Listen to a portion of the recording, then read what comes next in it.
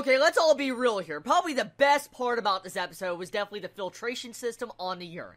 Okay, come on. Did anyone else not think that's the best part? Am I the only one? Okay.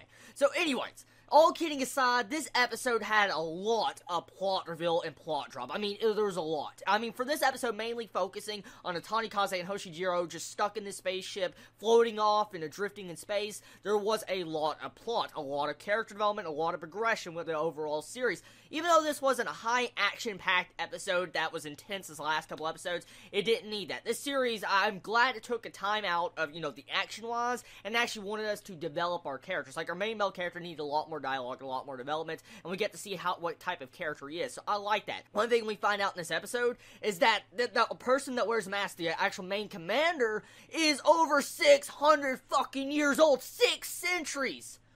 Holy shit! And then we find out that brown bear with a fucking robotic arm is over 6 centuries old too, and actually was in a war. What the fuck? What? Why is a bear? Okay, I guess since the bear lived over 600 years old, I can see technically why the bear can talk now, okay? It's kind of obvious, probably evolution, technology stuff, but oh my god, this bear is over 600 fucking years old. Holy shit. Okay, so besides that, this episode tells us their first contact with Ghana. When everybody was still on Earth, humanity was fine, happening on Earth, everything was normal. Ghana first appeared, one Ghana appeared in the sky, a giant Ghana that was in humanoid form. Nobody knows where they came from. Kind of sounds familiar to Attack on Titan, but it was humanoid form. So, here's my theories. I'm just throwing them out there, okay? One thing, I feel like the Ghana is most likely either a human experimentation. They experimented on a human and formed a Ghana. There are called placentas for some reason. If I remember correctly, placentas are supposed to be in mothers, okay? And these Ghanas take on human forms when they absorb a person.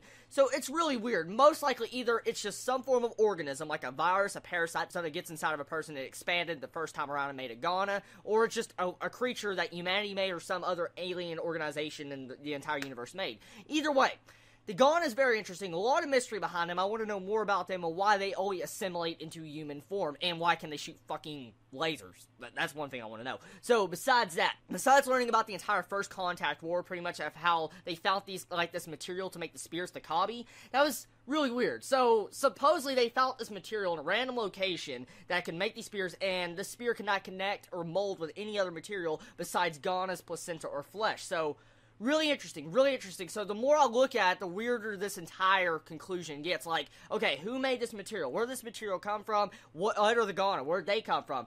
All I'm thinking of right now, I get a lot of feelings like from Halo, honestly. If anyone's ever played the game called Halo, the Ghana remind me of the Flood, and this just random technology they're finding to be able to take down this Ghana reminds me of the Forerunners. I mean, if you don't play Halo, you probably don't understand what I'm talking about. But still, it reminds me a lot of that. It really does. I like this series for that. It has a lot of mystery. A lot. And that's what's dragging me into this universe of Sidonia, and that's just really unique. Oh yeah, speaking of Sidonia, we find out that there's 500 other colonies, like ships like Sidonia. I thought this entire series could just wrap around one ship, but there was other survivors, another 499 ships that are floating out in space somewhere, probably fighting Ghana, probably dead, we don't know what happened to them, but there's a total of 500. So right there, we have more development, we have an entire world aspect, so Sidonia is not by themselves. So, really interesting, really interesting. I would like to know more about exactly what happened on Earth and, how Earth is to this day and time of Sidonia.